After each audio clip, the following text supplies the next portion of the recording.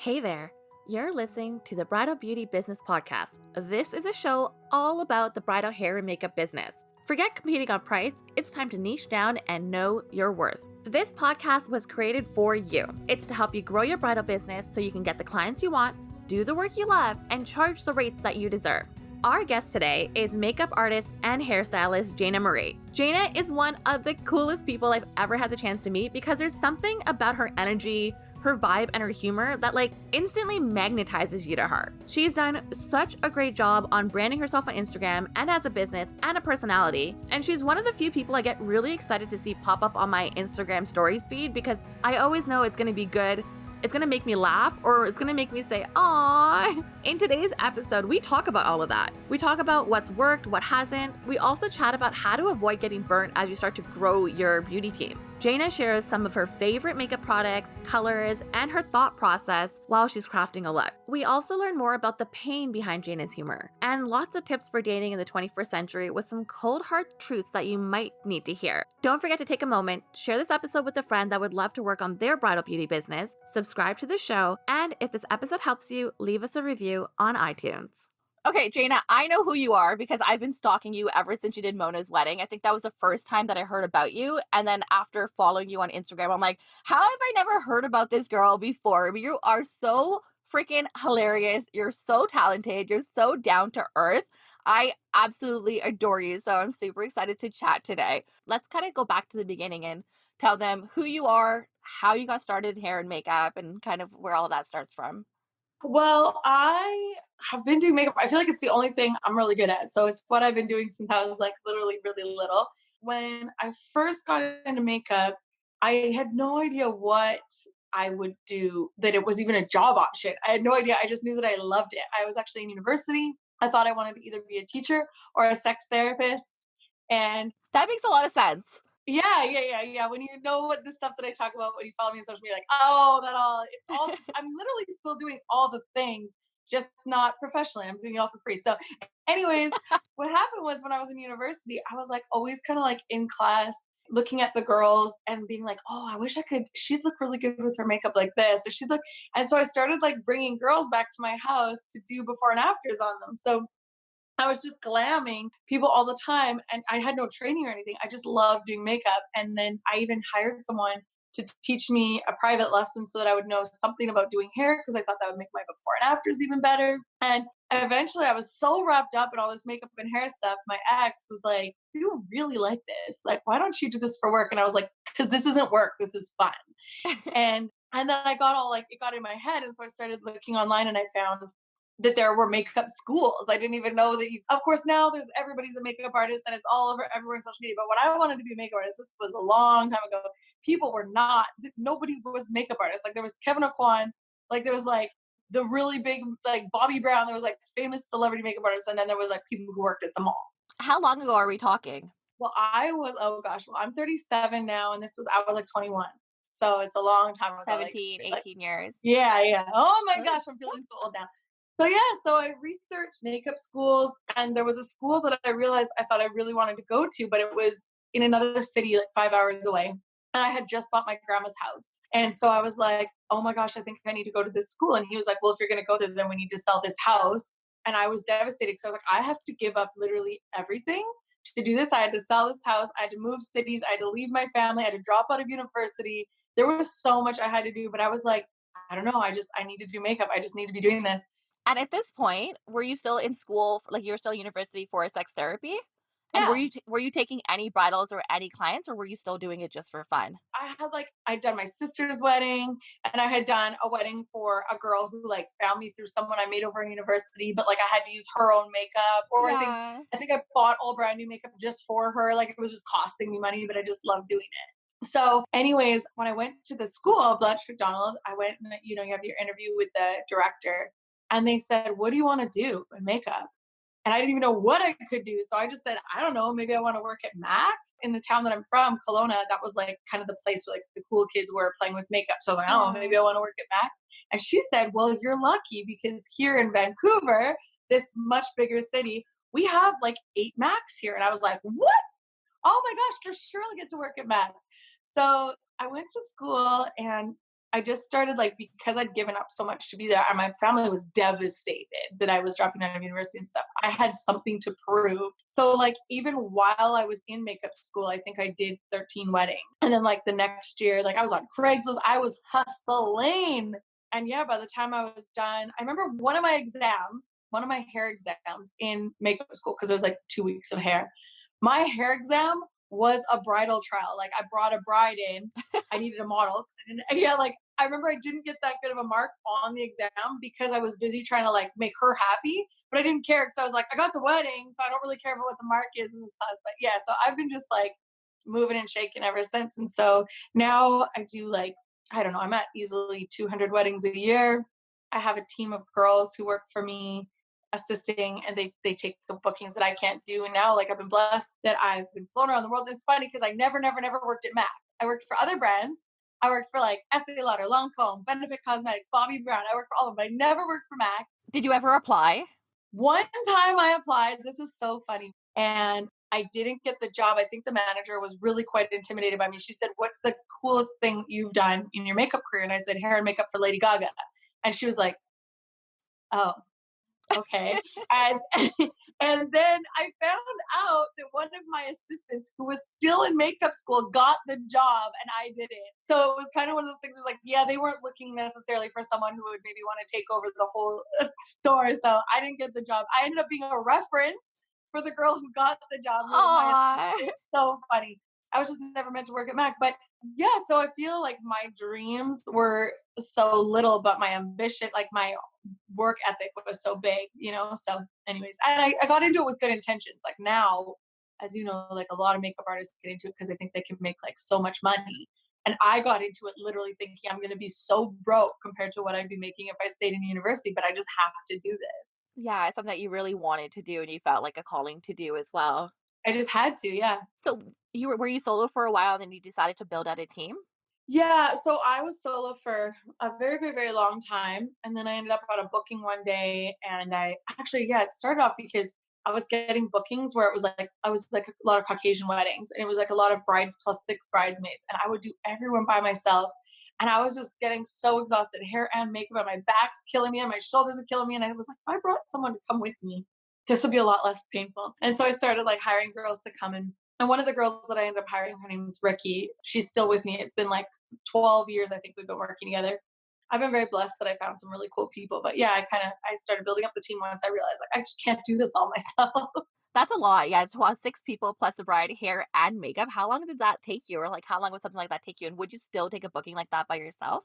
Well, back then, what was expected of a makeup artist and the makeups that we were doing were so much less. Like no one was trying to get a whole new nose from a makeup artist back then. That's true. You know what I mean? So now it's like, I mean, then I could do 3 bridesmaids makeups in like an hour. I could do 20 minutes of face, slap some lashes on you, some foundation, you know, like it's really quick when you know what you're doing and you just get in that mode. But now, like the expectations are just so different that like you're not doing 20-minute makeups anymore. And if you are, nobody wants to pay for them. Everybody wants bridal now. Yes, exactly. And then was your step into having a team pretty smooth? Did you run into any hiccups? Is there anything that you kind of wish that you knew when you started building out a team? Okay. This is like a almost like a super, I don't want to say touchy subject for me right now, but there have been some lessons. I mean, no, it's okay. But like having a business is just a constant state of learning, right? And I think that probably one of the mistakes I made or advice that I would give to somebody who's trying to start a team is, of course, be very careful, of course, who you choose and make sure that their values align with yours, but also be very careful when you're making team members your friends. If you're going to have a team and you're going to be the boss lady, you need to stay the boss lady.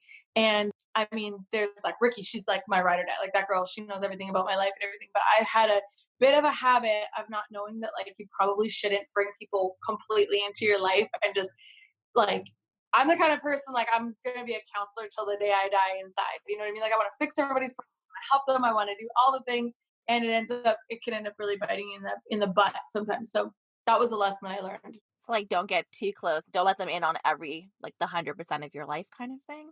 Yeah, and like boss status has to stay boss status, kind of like you know, like if there has to be a slight difference because sometimes people get into this kind of vibe where they're like, if you let them. People will join your team because they're like, oh my gosh, like who's this crazy, amazing, popular makeup artist? Then the more you let them into your life, the more they realize she's just some regular bitch like me. And She's then normal.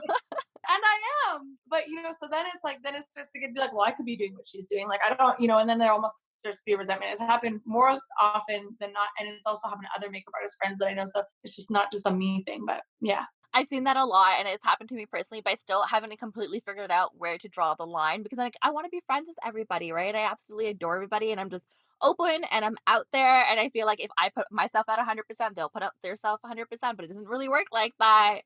So you got to find that. And a couple times I've been burned where I'm like, I thought we were like, I didn't realize you were actually against me behind my back. Like, yeah, Yeah. you really don't really know. It's like the difference, like a perfect example is it's the difference between, let's say you do a booking, and you need to stay overnight at a hotel. It's the difference between going, okay, we're staying overnight at a hotel, girls' night, and everyone piles into the same bed, and it's like a sleepover party versus, okay, my team gets a room and I get a room. Like that's slightly different. Like there's like a little bit of like a disconnection. Like and I've never done that, but it's like that's kind of like how I imagine it if I were to like fully go like full boss lady mode. You know what I mean? Because it's like, no, like the team gets a room, but I have my own room because I'm the boss. I'm not gonna have a sleepover party with. Maybe like 10 years ago at the beginning, but Yeah. And I found honestly, like the people on my team who've like been there, like they're still there. I mean, except for Ricky, she's just always gonna be like my bestie. But lots of the people who have lasted the longest on my team are the ones who they are the ones that like just come to work and like we have the best time ever when we work and we laugh and we have a great time. But at the end, it's like, okay, bye. They're not the people that you're like, okay, so this is what my boyfriend did today. Or like, like there's a line that gets crossed where it's like personal versus business. now is there a good way of figuring out those people when you're first hiring them or is it just trial and error? I think a really big thing is not ignoring the red flags. Like, at first you can be so excited that maybe you found someone on your team. Like, let's say sometimes in a business, you're almost in a state of desperation where you're like, I really need people. Like, I really need help. So let's just bring these people in. And sometimes I find that it's like any relationship. You'll notice a red flag, and maybe your desperation for a team or desperation for the help makes you like kind of overlook it or ignore it. But really, it's like you've got to really pay attention. Like, for example, if I do a booking and I hear, for example, one time I had a client ask one of my team members, oh, that's a beautiful palette. Where did you get it? And the team member said, oh, it's from Bobby Brown. And me and all the other girls on the team knew that that palette was definitely not from Bobby Brown. It was like Oh one of those cheapo ones, no. like 100 colors in it. And Yeah. so all of us were like, that's weird. She lied about that. And in my mind, in that moment, I should have been like, this is a person who lies. Like, this is a person who's not honest for like absolutely no reason at all. That's an indicator of the kind of personality that person has. But I go, oh, well, like I don't want to be judgy because I never want to be judgy. But, a couple months down the road, it's I got lied to. And then someone else got lied to. Then there was a car accident. There was a fake car accident. You know what I mean? There's like, Oh, it's like I should have known right away and been like, we're not really looking for someone who doesn't tell the truth? that sucks. Yeah, so red flags are super, super important for that then. Yeah. Okay, I'm gonna go back into the artistry side of things. Do you have a preference over hair or makeup? Or do you love them both the same? Or Okay. next question. I feel like you're asking the big questions. I actually get asked that a lot. And I think that honestly, makeup comes so easily to me. I just turn my brain off and it just happens. Like I let the person's face and their personal taste and their wardrobe and everything just kind of dictate. It's almost like my hands just move themselves.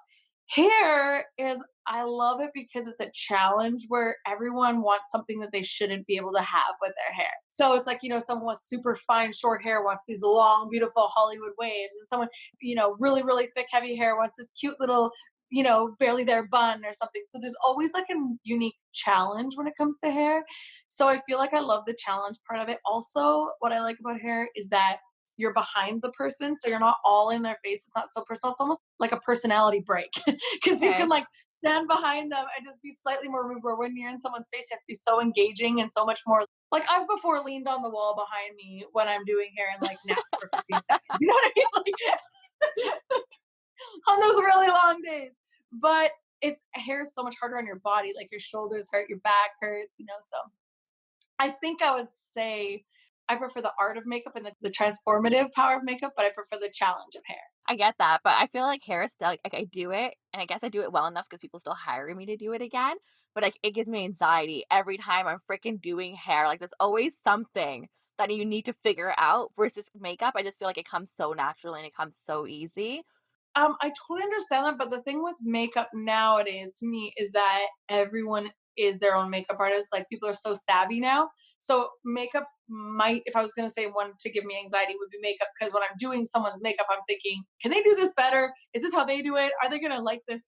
Whereas hair, I know that you can't put your hair in the kind of bun I'm gonna do it in. So like there's that confidence of like I know that whatever I'm gonna do to hair is not gonna be something that you know how to do. So that's like a different way of looking at it, I guess. Oddly enough, a lot of my brides last year were bringing in selfies of themselves, and they're like, "I want something like this, but a little bit more." So it was just a matter of Yeah. adding in like nicer lashes, nicer glow, like a little bit more of a flawless base, and I found it really easy rather than having to like come up with ideas myself. It's like this is my selfie, this is what I usually like look like. I want it like this, but like more. Okay, I could do that. My all-time favorite is when someone brings a photo from like a wedding that they were in before and they're like, I really loved when this makeup artist did this to me. And you look at it and it's some shit makeup. And you're like, oh, if you like that, you're gonna love what I'm about to like, oh, you loved that? Okay, just hang on to your socks, sweetheart, because it's about you're about Is there anything that you're still working on when it comes to your artistry? Like, is there something that you still kind of struggle with or you want to perfect just a tiny bit more? For me, I am learning about like exploring products because I get pretty like stuck in like my favorite things. And I'm like, why? Why do I need to look for a new foundation formula? I already like this. Or so I'd say products like becoming more like open to that. Even like tools, hairstyling tools, like there I've now that we're on this quarantine time, I'm doing so much more research. And I'm like, oh, I didn't know there were curling irons that twisted themselves. Like I just really stay in my own world. I'm not like one of those people who watches a bunch of YouTubes. So like opening myself up to that. And also, I've been doing a lot of hairstyle tutorials lately, not necessarily just to learn different styles like I haven't been doing or that I'm not like really well known for, just like expanding my repertoire, I guess. Well, the opposite side of that is when you start watching so many tutorials that other people are doing, it kind of like throws you off your own lane as well. And sometimes it can stress you out, and sometimes you start hoarding products because you think you need absolutely everything, and you almost forget what actually did work for you. And you have this kit that's just oversized, filled with so much stuff that you're barely even touching anymore. Yep, 100%. And even just lugging your shit every time you have a booking, it's like my kit is full. So like when I think about bringing makeup in, I'm like, oh, I don't even really have room for it in my kit, like physically. Do I want to carry this around and do I need it, or is it just going to confuse me when I'm trying to do makeup? So it's that it requires a lot of research before I'll put a new product in my kit. But just a matter of doing that research in general is like new for me. I remember seeing I think it was an Instagram live or a snap or something of you, and you were carrying both your hair kit and your makeup kit up like a really big flight of stairs. And I was just like, how is this girl doing this? Why is she taking this in one strip? And like, how come she's not tripping down the stairs right now? Like, how do you do it? Have you And I was downsized your kit? probably in heels. Yeah, I don't know. I'm just one of those like, let's just get her done kind of people. I'm like, that I'll have out my purse is a backpack, my hair bag is a backpack. Then I've got my chair, I've got my light and my giant makeup kit. And I will be like, I got this all in one trip. My only thing is don't fall and don't dent the wall. I'm always worried about hitting walls, especially with the big chair. Like, are you walking with your chair as well? Yep. I cannot, like, as soon as I'm turning and I'm just it lightly tips the wall, I'm like, oh my God, I'm so sorry. That Yep. that is Exactly. the absolute worst. I know you work out a lot, and I think that really helps with your energy levels and your personality and having the energy to take all of this stuff up the stairs. So my mom was a fitness instructor when I was little, and my mom also ran marathons. She's like little Miss Face. Like she literally will train like 8 times a week. She's like she'll drink until 2 in the morning and wake up at 6 to go for a jog. Like she's like Crazy. pretty dedicated. Yeah. And my grandma's like 89 years old. Every single day she swims, rides her bike, and runs. So like it just runs in my family. My grandpa, until the day he passed away, he was like skiing. He was trying to ski 150 days out of the year. So like I just come from a very active family. I haven't always been really active. There was a while there where I would say I lost myself and I had to kind of like come back to me. And then I just started I started making working out a priority. And I found like a place that I loved working out and I found a place that I love to feel like about myself and I just kind of have like stuck with that and rolled with it and I feel like what we do requires a different level of confidence and not just to be on camera or to to like do things in front of other people but confidence to be able to pass that confidence along to our clients. Like if I'm coming from a place of self-confidence, then I can like pass that on to other people. And I would feel like a little bit of like two-faced or like a bit dishonest if I was trying to hype people up, but I felt bad about myself. And so I just try to make myself feel as good as I want my clients to feel, if that makes any sort of sense. That's so good. And confidence is the entire game. Like more than the makeup, it's the confidence that somebody gets when they put on the makeup and they feel like the best version of themselves. So being able to do Yeah. that and doing that from an authentic place is incredible. Like I've had girls like sit down in my chair. They'll get a little bit overwhelmed that they're meeting me. I don't even know why, because maybe they've been watching me or whatever. This girl just like bursts out in tears and she's like, I feel so embarrassed sitting in front of you right now because I've gained weight and I'm not excited about getting married because I don't think I'm gonna look good in my dress, and just full like meltdown tears and everything. And I was like, you got to stop this right now, because as soon as you see yourself in makeup and hair, you're going to change all this. Like, this is all, it's like, it's going to change completely. And it does. Like, all of a sudden, you see a girl, she's like, fingers in her hair. She's like posing differently. And you could just tell. And even I found that somebody's self confidence will begin to change before they've even seen themselves in the mirror. Like, even just that I'm putting that attention into them, even that I'm just loving on them and talking them up the whole time I'm doing their hair and makeup, you can tell that they're already feeling better and they haven't even seen the makeup and hair yet. You could just feel it, the energy change. How do you deal with like unrealistic expectations from a bride or a client? Like, how do you handle that? I am like insanely honest, like to a fault. And so I will just say, like, let's take a look. Like, let's say, for example, someone shows me a photo and they're like, I want this. And I'll be like, okay, well, just so you know that like this photo was definitely face tuned. They had perfect lighting, whatever, whatever. This girl has a very different shaped eye than you, but I'll do something along these lines with this same like concept that suits your face better. And it'll be like, oh, okay. So they know like I'm on your team. I know what kind of look you want, but these are the things that are going to be different. So I just really spell it out so that half the time they're pleasantly surprised later. I'm all about like lower the expectations so that they can be easily met instead of like, yeah. And I Yeah. think that's part of the scary thing of social media now is that people come to you already with like the highest expectations. They get in my chair like, oh my God, I cannot wait to have my makeup done by Jayna Marie. And I'm like, whoa, slow down. You might Yeah. not like Whereas like a long time ago, all you had was a website. They had no idea what you looked like. They had no idea besides that they liked a few pictures on your site. And they want a trial because they're like, well, I don't know if I'm gonna like your work on me, so I'm here for a trial.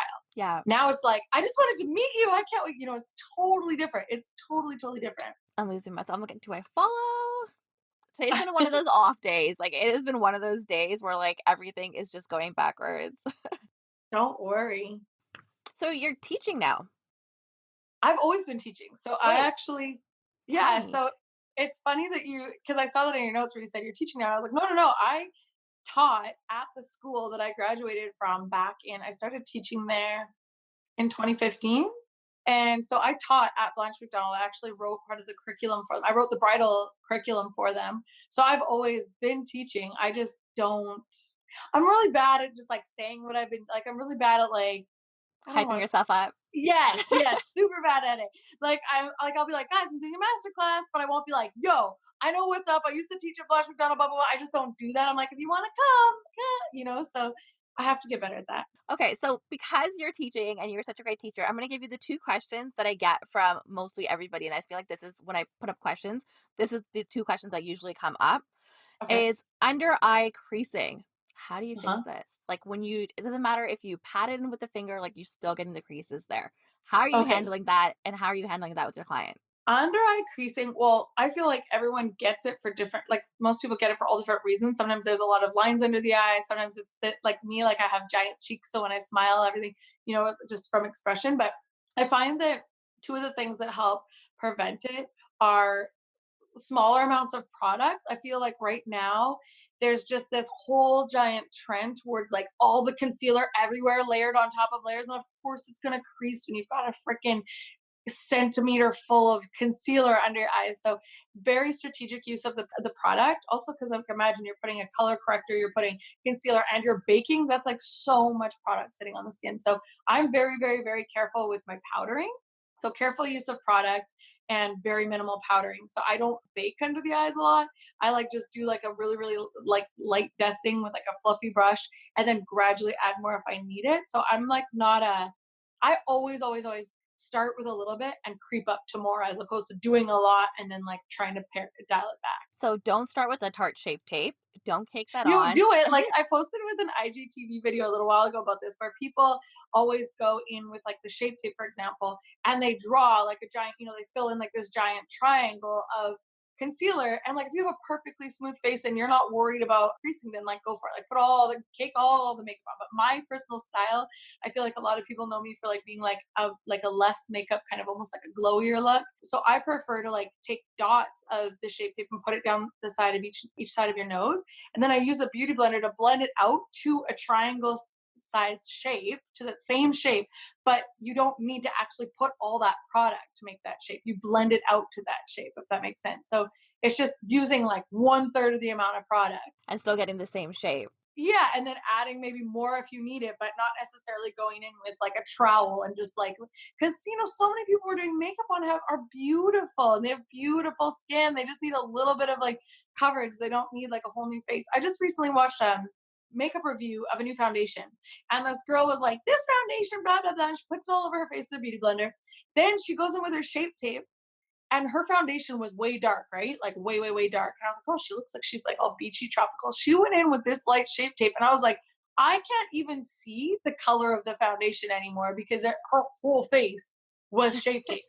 Like, so who, because she goes, it's okay that this foundation doesn't really match that well. And I was like, no, clearly not, because this shape tape I feel has like that's the taken over line on your whole every life. tutorial though. They start off with the foundation like it doesn't matter if it doesn't match because they're gonna go in with Because something you're else afterward. Yeah, exactly. I'm like, what are we doing? Like, the foundation is more than enough coverage for 80% of your face. You don't need, like, anyways, that's just everyone has a different approach, and I'm not judging how anybody else does it. That's just me. And then the second question that I get a lot of is ever since Inglot changed the number 77 formula, I feel like people are saying that it's not staying as well as it used to. Like even if they're mixing it in with a Duraline, that it's still getting like a little bit of a smudginess to it or a little bit under the eye area. Have you found anything to fix this yet? I've never used the Inglot liner that you're talking about. So that's not a problem that I've been, like I told you, I'm not, so my theory when I teach makeup, when I talk about makeup, is like same shit, different package. Like I'm literally like, I'm not a makeup product junkie where I'm like this brand, this product. In my opinion, if you're a really good makeup artist, you should be able to create beautiful, flawless makeups with whichever products you're given. It's more about the color selection, where you use it, and how you use it. So I'm just not that person that's like, when someone's like, what is that? Whatever you use, I'm like, I don't freaking know. It's the soft pink. Like, you know what I mean? Like, I'm just not really attached to like brands and whatever. So honestly, I've never used this Ingla eyeliner that you speak of. My favorite like gel, is it a gel liner? It's a I don't gel, even know what yeah, it's kind a of. gel liner and a gel pot. Okay, so my favorite like gel liner in a gel pot is a Maybelline. It's Yeah. like not only does it show up nice and pigmented, and I love like just it glides on really nice with the right angle brush, but also it never dries out. I've always get right to the very bottom of it. I can scrape the very bottom of it out and it doesn't get all that crusty, never dries out. So I'm pretty loyal to that one. And it's like one of the very few drugstore brand products that I have like in my kit always, but I don't know why, I just love it. Maybe I'll seek out this Inglot eyeliner that you Don't speak do of. it. If it works for you, do not change it. Like you have a wheel that works for you. So just keep on rolling with it, right? Yeah, I mean, and I get asked that a lot too. And I think that sometimes it's like, I'll be like, okay, if I'm using a gel liner, I press a powder into it to set it. Like, I just think of it as a product with a pigment, not necessarily a brand. And if that makes sense. It's a good way of looking at it. It'll save Yeah, you a lot it's, of money down the road. Don't fall into the hype of hey, products. I'm still buying hella shit. I'm still spending hella money on Yeah, makeup. So, everyone always says to me, like, oh, you must love buying makeup. I'm like, no, I love doing makeup. I don't love spending money on it. it's an expensive habit. It's a It is. very But hey, at expensive least it's how habit, we but make it's our so livings. much fun. It's so much fun. Yes. Yes, expense everything. At least we have the excuse because it's how we make our living. So, Is there a certain product that you can't live without with right now? Like, is there something that you absolutely love? yes. I know. If you had to, okay, so let's say this Uh-huh. that your whole kit was gone and you had to pick only one item that you could have back, whether it's like a line of foundations or a certain color or anything. If you, it's like one product and the whole rest of your kit, you had to rebuild with other items.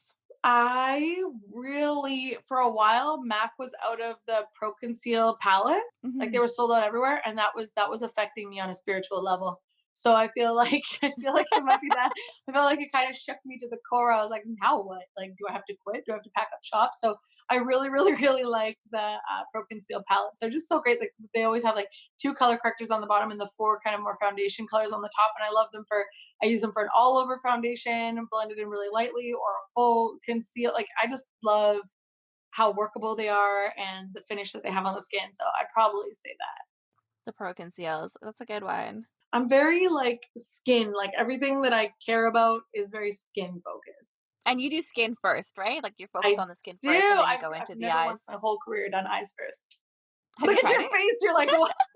I'm like, I'm looking like that because I keep flip-flopping. Like, I'll go through phases where, like, years I'll do eyes first, and then I'll go into skin, or then I'll have, like, a focus on skin, so I'll do skin first and then go into eyes. But I'm just like, "Wait, you've never tried the other way?" I'm like, "Ever?"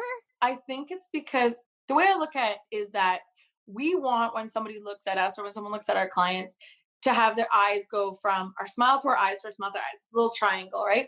And I feel like, when you have like a gap in your eyebrows or a pimple on your chin or dark circles, that's distractions. So now we're not focused on the eyes and the smile. We have all these distractions.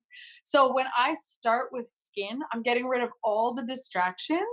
And so the eyes stand out just naturally because there's none of those distractions. So I do the skin, I get this beautiful, flawless canvas. I fill in the brows, and I'm like, okay. And what I find is that when you do the skin first, then you don't need to do nearly as much to make the eyes stand out. So when you don't have anything on the skin and you start like eyes, you're trying to make them stand out, but you've got all this other stuff going on. And I just feel like when the skin is done first, you're like, oh, look, your eyes already stand out because we don't have any of these other distractions. And then I can focus on the color of the eyes and enhancing them and working with the shape that goes with the brows that I've created. And so that's kind of like how my mind works. And I think that's how I end up somehow like not always doing like so much makeup. It saves you a lot more time down the road too, right? Because everything looks finished a little bit faster. Yeah, and everyone always talks about fallout. I'm like, I don't know why I don't ever get fallout. Maybe it's the way I apply, but I do like a lot of pressing. Like all my eyeshadows, I'm pressing it in, I'm patting it in, and I'm putting it only exactly where I want it. I don't do very much wiping motions at all, and I find a wiping motion is what flicks product off the side of the brush. So I don't know if Yeah. that's what it is, but yeah, I just haven't really had that problem. I remember one issue I was having when I was doing skin first and when I go in to do the eyes and the eyebrows is that even after I do the face and I set it with powder, I would sometimes get fingerprints in the skin still. So what was I doing incorrectly there? Do you have any idea on how you can prevent from getting like that little bit of a finger? Like a press kind of. Yeah. I don't know. I'm really, really, really like gentle. Like if I'm touching, it's like a very, very, very soft, gentle. You can also sometimes I'll put a little sponge on my pinky finger so that when it rests my hand on face, it's a sponge and not my actual hand. And that works like really, really well. Yeah, but I do know what you mean. And I'm always like, oh, beauty blender to the rescue. I've seen a lot of people use little sponges in videos and tutorials. Like they have like the little round puff that has Yeah. this like almost like a ribbon on the back of it. Yes. I always thought that was neat. I remember trying. I haven't tried it long enough. I tried it like once or twice, and I kept switching it from finger to finger depending on how I was positioning my hands. I'm like, this is ridiculous, but Yeah. Yeah. it's something I need to definitely try again. Do you have any favorite bridal colors, or like do you find that the brides keep going back to a certain two or three, or is it very wide Bridal range for colors meaning you? like what, lip or Bridal eye? lipsticks. Oh, lipsticks. Oh my goodness. I don't know. Like, I find that a lot of people watch my social media and they'll be like, I like that nude you always wear, or I like that whatever, because that's like they're hiring you because they like your look lots of times. Yeah. But I find too that a lot of them don't request, they just trust me. So I think that that's like a big difference that happens once you get a little bit more experience and people start paying, like when they're paying attention to your work. Like before it used to be that like I said, like they didn't know what you're doing, but now a bride will sit in your chair and they'll even know the names of my past clients. They'll be like, well, I like what you did for her Oh, knee. And I'm like, what did I do for her knee? So they trust like whatever the looks are that I'm creating. So like, for example, one color that I really love using is, of course, I'm always talking about how obsessed I am with Boldly Bare or Pillow Talk lip liners. I love those just for like Supernatural. Boldly Bare is by Matte. Pillow Talk is by Charlotte Tilbury, as everybody knows. But also, I really love Chicory is like this beautiful, like burnt orange kind of color by what MAC. is chicory? Pardon Chicory me? by Mac? Yeah, and I've never heard of this. it's one of my favorites specifically for the bride who's wearing red but doesn't want a red lip, because that happens a lot, right? Like you get these girls that are like, I'm wearing red, it's already feeling like too much red, it's not really my vibe. Yeah. Chicory is really beautiful because it's almost like this kind of nude burnt orange kind of color. So it goes really well with like reds, but it's not red. So if I was gonna name drop a color, I might be like, hey, check out some chicory or some boldly bear. You totally got me addicted to these ones. I remember you were starting to wear them for a little while, and I went out, Yes. I'm like, "These are the best liquid lip colors I have ever come across." Like, they're Yes. hydrating, they're not drying, they don't get chalky, they're amazing, amazing, amazing. I don't have them in my kit, but they're my personal stash, and Love. that and lashes, good to go, There you go. 100%. So, like, I did have this other list of questions here, and I'm like, "Are these too personal?" No, you can ask anything you want. Well, the thing is, February. February was my birthday. I get why. I mean, people always are curious about my personal life because I like allude to it and I'm pretty like real about like stuff that's going on and I complain about boys a lot in my social media. So I know like I get why you'd have questions and you can literally ask anything you want. I'm like an open book. So it doesn't. I wanted to make sure first, because like, one, has been so much time that I didn't even know if they were relevant anymore, and, like, anything any life experiences are always relevant, and two, I just wanted to make sure that you were comfortable with it rather than me just, like, calling you out on them, but Yeah, you haven't no, mentioned anything sounds in a good. long time either. I remember for a little while, you were going off on for a little while, and I was sending my best friend, like, all of these posts. Yeah, so what happened was a while back, I had a breakup that was like epic proportions. Like, it's one of those things where, like, if somebody was to talk about their breakup like it was bad, I'd be like, just wait till you hear my story. And it's not that it's ever a competition, everybody has their own threshold of what they can handle, but this was like insane. So I had the really quick version of it is that I was in a relationship, a long distance relationship with someone for 2 years who lived in Chicago. And he and I were like head over heels in love with each other and we were trying to have a family. We'd actually gotten pregnant when we were first together and we lost the baby. And that's why I have this tattoo on my hand that says Grace because that's what we were going to name her. We both have this matching. Oh. Yeah. And so then we were going to try again. And so I got pregnant. And, anyways, it ended up being that he was supposed to come for our first ultrasound. So we found out I was pregnant. 2 days later, he had to go back to Chicago. And then we found out he was going to come for my first ultrasound. We were almost at 12 weeks. And the night before the ultrasound and the night before he was supposed to come here, I lost the baby. And so he ended up not coming. And I was like, why aren't you on the plane? And he was like, oh, well, we don't have the appointment now. So why would I come? And I was like, Oh. because I'm brokenhearted and by myself and I've just lost a baby. My family's on here. Like, I don't know. Anyways, he ended up not coming and then breaking up with me that day.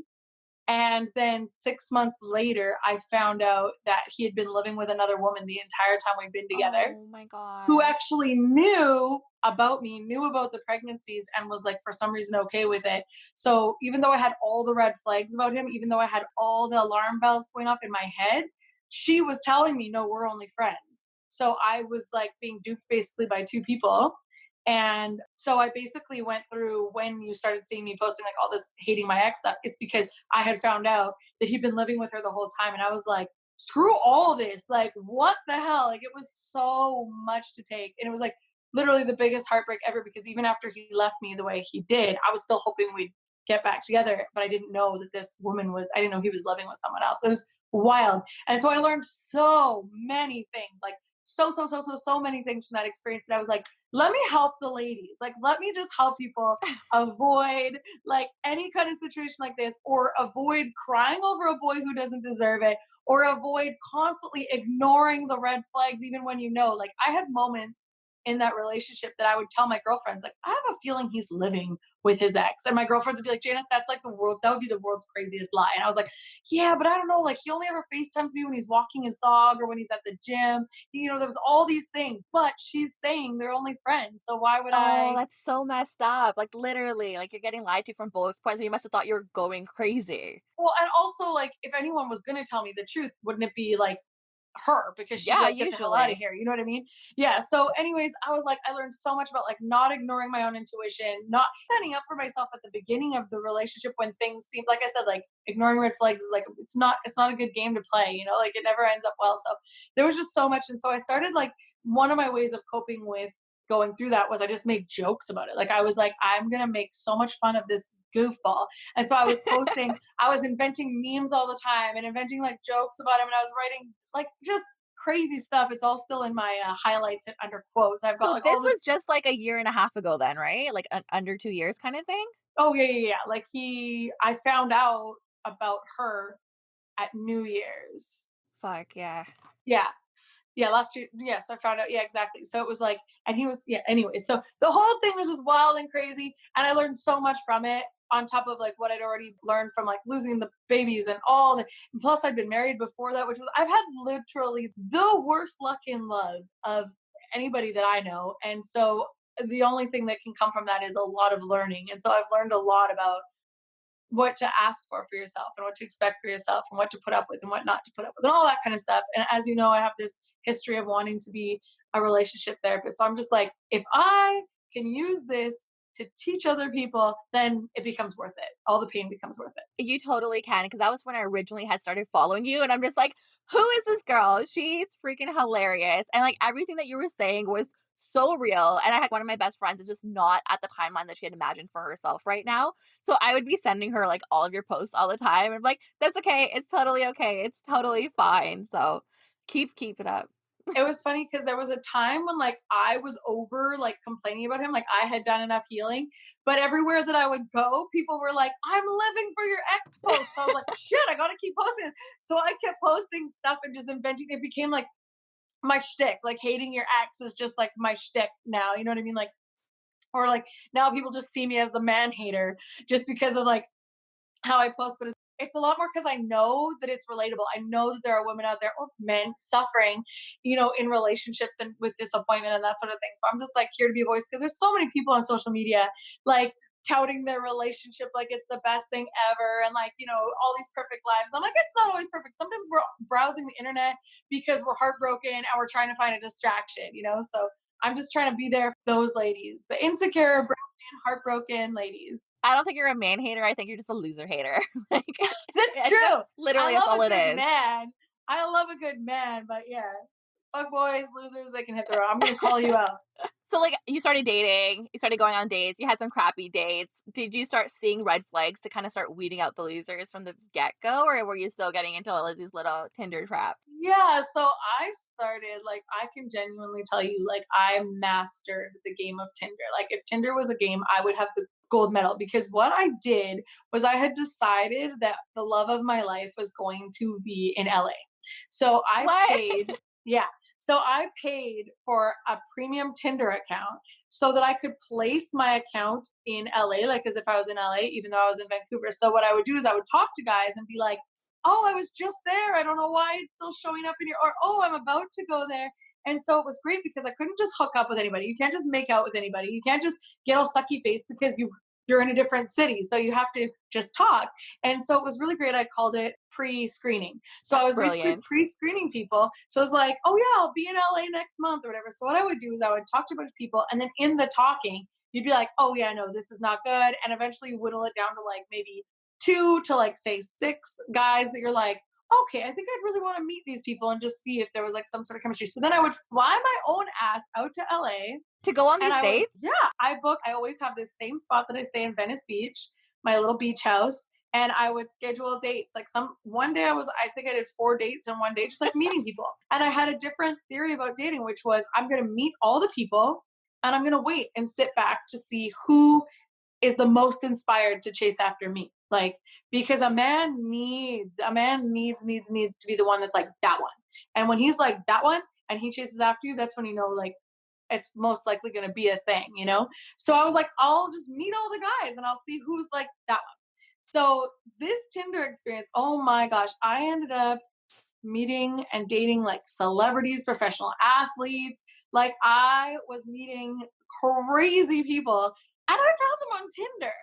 And yeah, and so that's how I end up with like all these crazy like stories and theories about dating and theories about, sex and relationships and all these sorts of things because like there were people that like, for example, there was a very, very, very famous professional football player that was hitting me up and really wanted to take me out on a date. And I was like, I don't know, Ricky. I'm like, Ricky, I don't know, man. Like this guy, like I've Googled him. He's got a horrible reputation for being, kind of like a jerk and whatever. And she was like, Jayna, you have to go on this date for this story. And so there was a lot of dates I went on just for the story. Maybe one day I'll have a podcast or I'll write a book, Chicken Soup for the Makeup Artist Soul, or I don't freaking know. But at some point, this shit's gonna come in handy. And so that's what I was like doing it for. I was like, it's all for the story. A chicken soup for the makeup artist. So I love that. I can totally see you doing something like that. Do people still know what chicken soup is? Like the chicken soup series? Do you think that's I still a don't know, thing? but I grew up with them always coming out like every 2 days there was a new one. I used to cry. They're so good. Some of them were They were good because so they were like good. little short stories and you didn't have to get too involved. So, is there anything that somebody can do now to kind of like weed out the weeds before they go on the first date and before they get dolled up and they get out there and they're like, I really just Yes. wasted my makeup? First of all, if you're online dating, like for sure, don't ever meet with someone if you haven't at least talked on the phone yet. Like you need to have at least a few phone conversations because it's so different than messaging. And you need to know if you have that good banter. You need to know even if you like their voice. Like I made that mistake. I went on a date with a guy, and as soon as I met him, his accent just like drove me up the wall. I was like, I don't even want to be here for 5 more minutes. Like I just didn't like the sound of his voice. But like you have to have a phone conversation first. One of the parts of the phone conversation needs to be what somebody's looking for because it's of utmost importance that you're both looking for the same thing before you waste a ton of time trying to get to know someone because even if like the way I explain it is like let's say for example everyone says like a man wants a snack, you're looking like a snack, you're a snack. Okay, so a guy wants a snack. What's a snack? It's quick, it's easy, it's it's disposable, like it's just quick, right? But some of us women are walking around here as full 7 course meals. Like we have a lot to offer. And when a man is looking for a snack and you're a 7 course meal, it doesn't matter that you are all these things, that you represent all this stuff, that you're so smart and you're so successful and you have so much to offer. It's way more than he has the appetite for.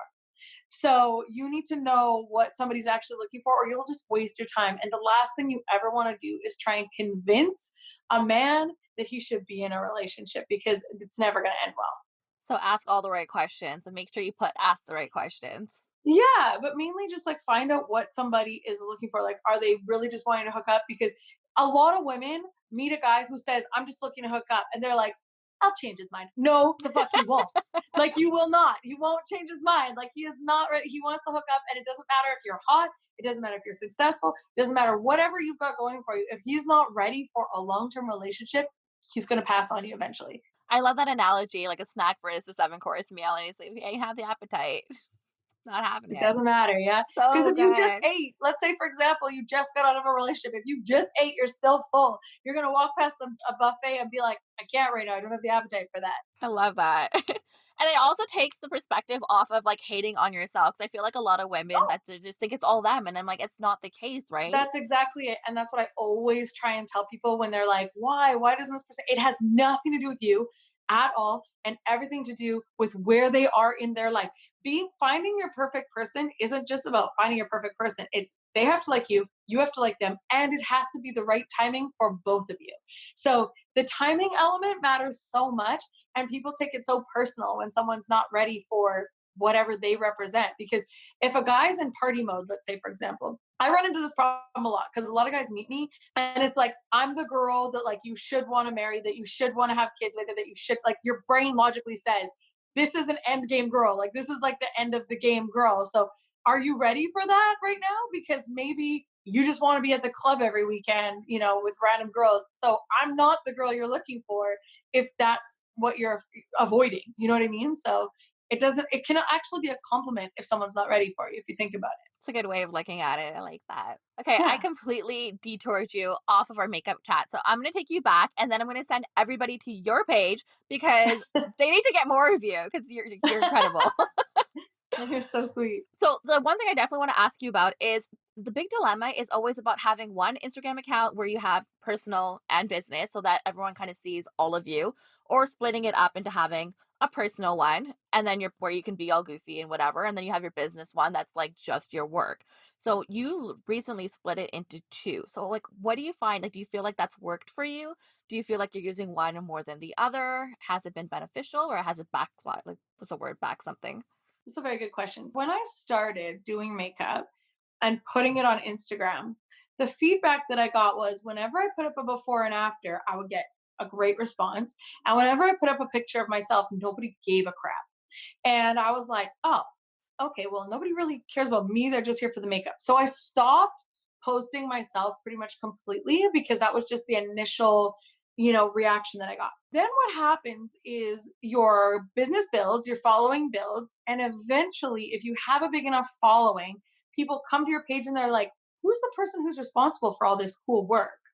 So then I think that people start to get more of an interest in who are you when they've fallen in love with your work, or they see how big of a following is, like, who's this person behind this following? So the interest of your viewers changes, of your audience changes a little bit. Now, when I came out with my own Instagram, it was because I take all these cool pictures and I go on all these cool trips. And I'm like, I don't want to bombard the people who love my makeup with all this other stuff that I'm doing behind the scenes. And I don't know if it was a place of insecurity or something, but I was like, there's no way, people who are there for makeup are going to want to see me, with a hula hoop in Las Vegas. But what I realized was that, statistically speaking, when I went into my professional Instagram and I looked at the posts that got the most like, it was the pictures of me. I would post the before and after, and I was like, okay, I'd get like a good 300. But if I posted a bomb picture of me, it would get like 1,000 likes. I'm like, wait a second, maybe people aren't so opposed to me.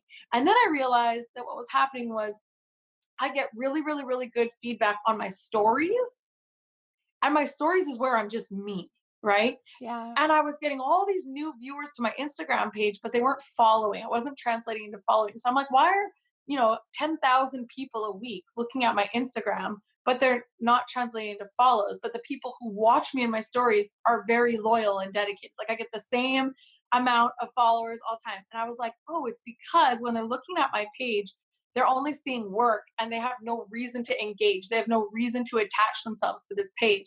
So I was like, you know what? I'm like, this is this question you're asking is something that I'm constantly, editing, because I just made this personal account a while ago. And I do like it as a place to post things that, like, are just super goofy, or like it's just me being artistic or whatever. But your Instagram page has to have something that people are connecting with, and they're going to connect with you as an artist. And so I found that if I make my page look a little bit more like my story, which is what I get the best feedback on, then maybe when they land on my page, they'll have more of a reason to want to stay for a while. So I'm not sure that I'm like amped about a personal page that much anymore. I'm trying to kind of make my grid a little bit more personal, so that when you land on it, you know what you're getting involved in when you follow me. So you're getting people to connect and relate with you as soon as they land on your page, and that's kind of what's been working for you so far. Yeah, I think that, like, it was like, oh, nobody wants to see me. Like you said, really, nobody wants to see me. They want to see my work, my work, my work, my work, because that's how it started, like in the very beginning. And then you have to realize, like, no, like if you, have enough to offer, and if you're like, a dynamic personality or whatever, or you're wearing interesting outfits, or you're teaching interesting things, people really do want to feel like they're taking something from your page. They're learning something, whether it's like a new way of looking at themselves or a new technique, but they want to get something from following you. They don't just want to just, like, they want to be inspired in some way. You got to give them a reason to stay. Yeah, exactly. Otherwise, they scroll through, they see the pictures, and if that's all you have to offer, they're like, Instagram's full of pictures. I can see pictures anywhere. But if there's something else, then So they'll many stay. people are doing the exact same thing, but it's just a matter of like how you're doing it and how you're doing it differently. And not everybody wants the same thing from the same person, right? Everyone relates to different people. Exactly. Okay. I'm going to let you go. It was so good chatting with you. But tell our listeners where they can find you, and I'll definitely link all of your information in the show notes below as well. Sure, yeah. On Instagram, I'm Jayna Marie Makeup, Jayna, Jayna Marie Makeup. And yeah, I think that's where you find me, right? Yeah, pretty much. But definitely you have to go follow her. She's hilarious. You will not be bored. Like, she's awesome. So thank you so much for doing this. I'm so glad I had the chance to talk to you. Thank you, love. I really appreciate you asking me. And good luck with your podcast, darling. This is also exciting. Thank you. Mwah. Have a great evening. Bye.